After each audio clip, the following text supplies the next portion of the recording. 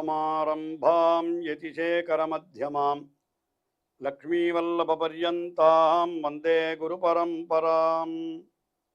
ஆழ்வார்கள் வாழி அருளிச் செயல் வாழி தாழ்வாதுமில் குறவர்தாம் வாழி ஏழ்பாறுமுய்ய அவர்களுரைத்தவைகள்தாம் வாழி செய்யமறை தன்னுடனே சேர்ந்து அகலகில்லே நிறையுமென்னு அலர்மேல் மங்கை உரை மார்பா நிகரில் புகழாய் உலகம் உன்னுடையாய் என்னையாழ்வானே.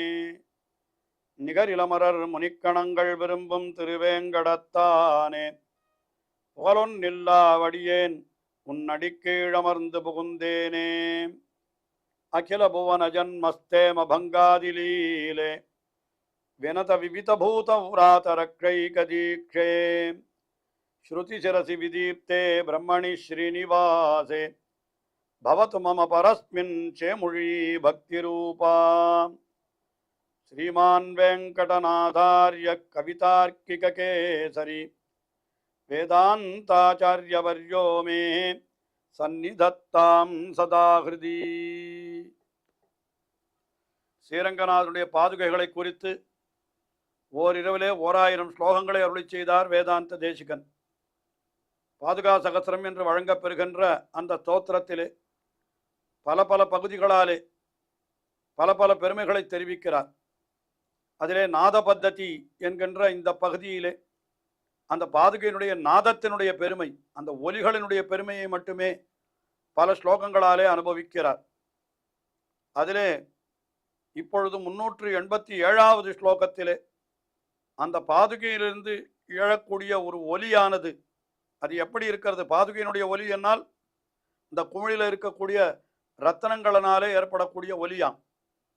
அந்த ஒலி என்ன தெரிவிக்கிறது என்னால் ஏதோ ஒரு மந்திரத்தை உச்சாரணம் செய்வது போல இருக்கிறது என்று தெரிவிக்கிறார்.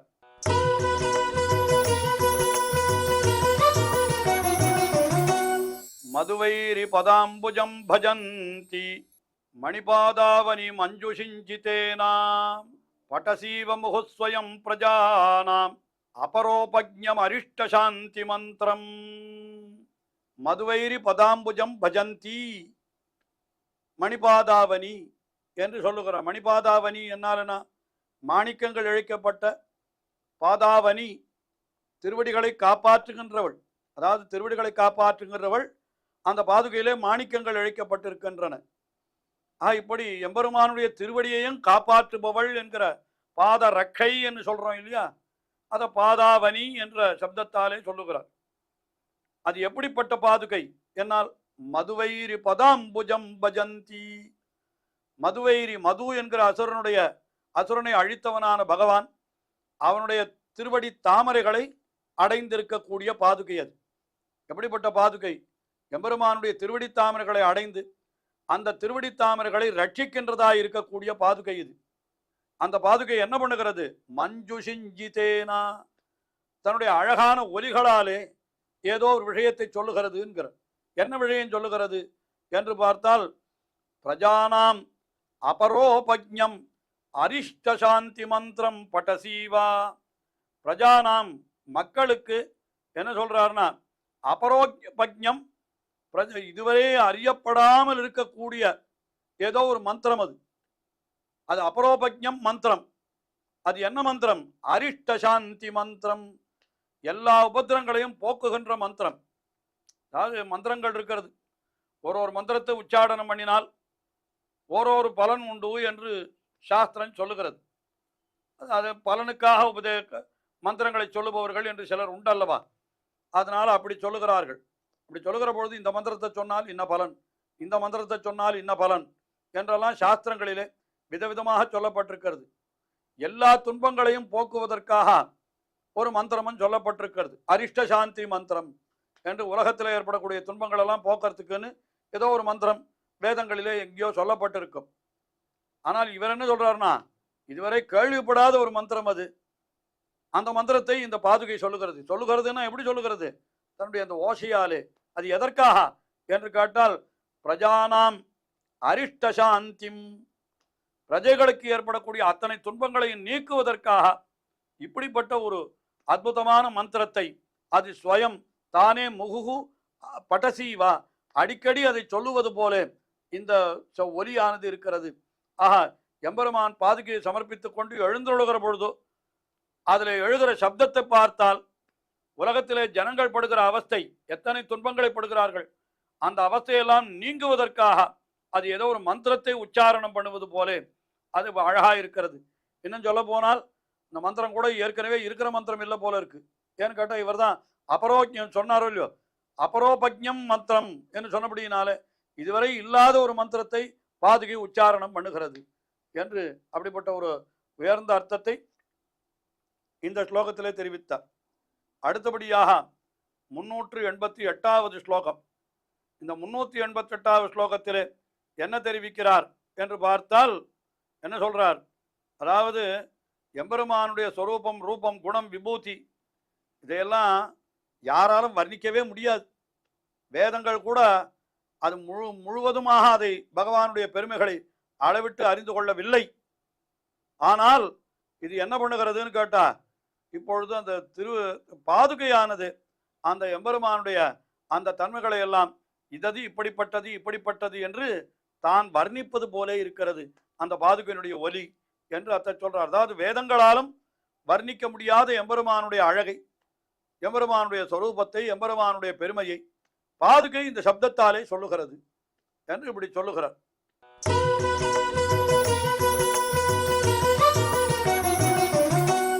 ஸ்ருதிபிஹி பரமம் பதம் முராரே அனிதங்காரம் அனேவம் இத்யுபாத்தம் இதமித்தமிதி பிரபீஷினூனம் மணிபாதாவனி மஞ்சுபி பிரணாதைஹி.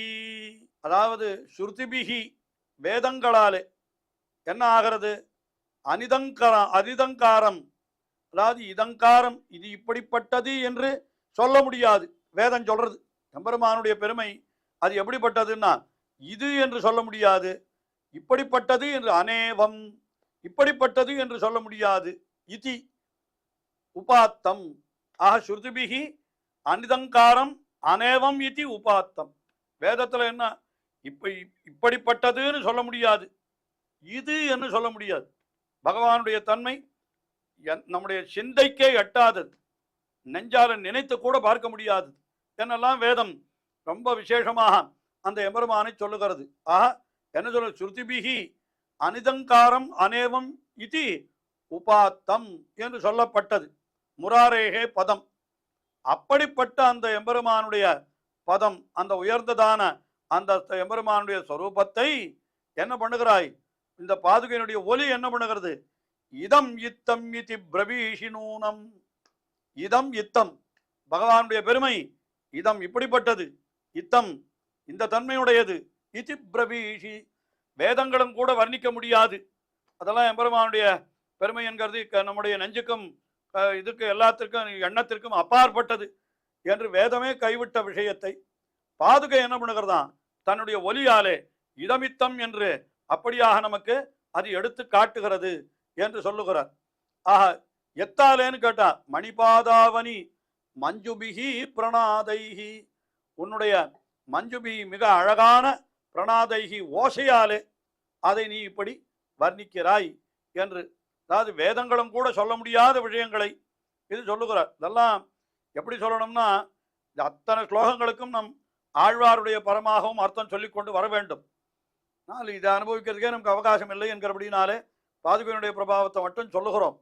நான் ஒரு பாசுரத்திலையும் அதை ஆழ்வாருடைய பிரபாவம் சொல்லணும் என்று சொல்லுகிற பொழுது இங்கே நிச்சயமாக இதை நினைத்துத்தான் பார்க்க வேண்டும்.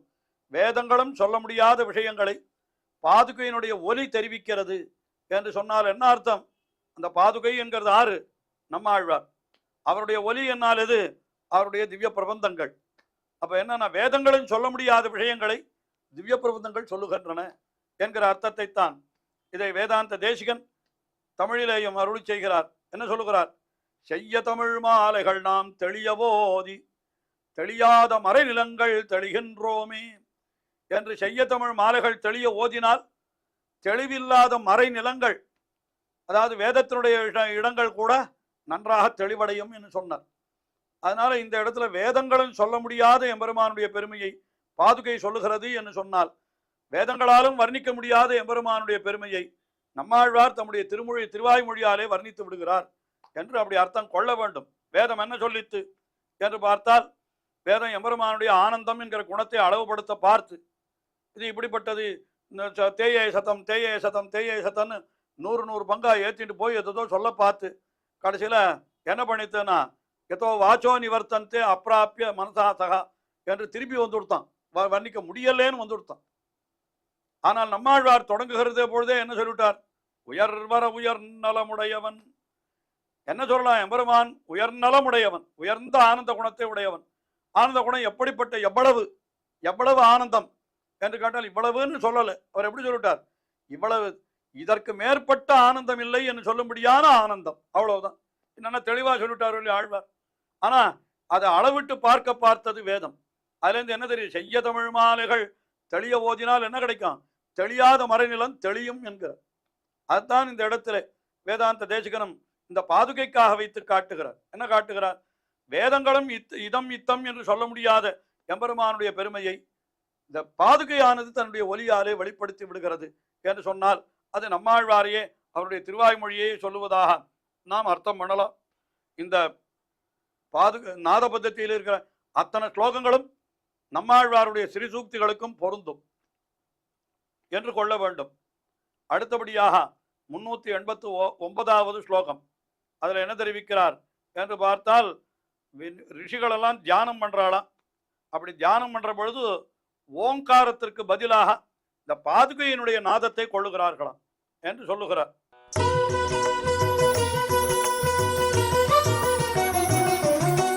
முனையா பிரணிதான சந்நிருத்தே ஹிருதிரங்கேஸ்வர ரத்ன பாதுகே த்வாம் வினிவேஷ்வ விபாவயந்த்யனன்யாஹ பிரணவஸ்ய பிரணிதிம் தவ பிரணாதம். முனையா என்னால் ரிஷிகள், அவர்கள் அத்தனை பேரும் அவர்கள் என்ன பண்ணுகிறார்னா, பிரணிதான சந்நிருத்தே மிகவும் ஜாக்கிரதையாக தங்களுடைய புலன்களை எல்லாம் அடக்கி வைத்திருக்கிறார்கள். அடக்கி வைத்து ஹிருதி ரங்கேஸ்வர ஹிருதி வினிவேஷ்யா தங்களுடைய ஹிருதயத்துக்குள்ளே பகவானை என்ன பண்றானா நினைத்திருக்கிறார். அல்லது ரங்கேஸ்வர ரத்ன பாதுகே துவாம் ஹிருதி வினிவேஷ்யா உன்னை தங்களுடைய, அதாவது வெளியிலே புலன்களை செல்லாத வண்ணம் அடக்கி என்ன பண்ணுகிறார்கள் என்னால் உன்னை தியானித்து உன்னை நெஞ்சுக்குள்ளே அவர்கள் வைத்திருக்கிறார்கள். உன்னை தியானித்து கொண்டிருக்கிறார்கள், உன்னை வைத்திருக்கிறார்கள் நெஞ்சுக்குள்ளே. அப்பொழுது என்ன பண்ணுகிறார்கள்? விபாவயந்தியா என்று சொன்னார். அதாவது என்ன பண்ணுகிறார்கள்? பிரணவஸ்ய பணிதம் தவ பிரணாதம் விபாவயந்தி அனன்யாக. அனன்யாகனா வேறு பயன்களை எதிர்பார்க்காதவர்கள், வேறு எந்த ஆசையும் இல்லாதவர்கள். அவர்கள் என்ன பண்ணுகிறார்கள்? ரத்ன பாதுகே துவாம் வினிவேஷ்ய உன்னை தங்களுடைய ஹிருதயத்துக்குள்ளே வைத்துக் கொண்டிருந்து அவர்கள் என்ன பண்ணுகிறார்கள்?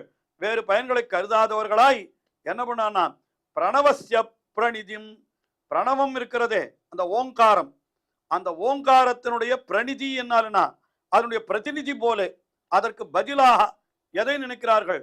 தவ பிரணாதம், உன்னுடைய ஓசையை அப்படி கொள்ளுகிறார்கள் என்று இந்த ஸ்லோகத்தில். அதாவது யோகிகள் மனத்தை வேறு விஷயத்திலே போகாதபடி பண்ணுகிறார்கள், அந்த பாதுகையே தியானம் பண்ணுகிறார்கள். அப்பொழுது என்ன பண்ணுகிறார்கள்? அந்த பாதுகையினுடைய சப்தத்தை ஓங்காரமாகவே நினைத்து அதை அப்படியே அனுபவிக்கிறார்கள் என்பதாக இந்த ஸ்லோகத்திலே அருளி செய்கிறார். இன்னும் இவருடைய அனுபவம் தொடர்கிறது, தொடர்ந்து அனுபவிப்போம்.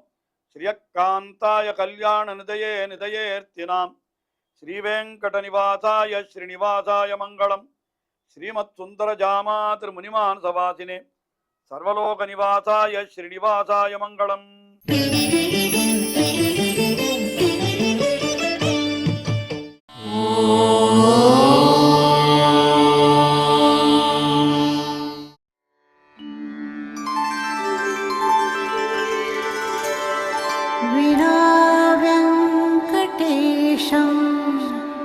ननाथो ननाथः सदा वेङ्कटेशं स्मरामि स्मरामि.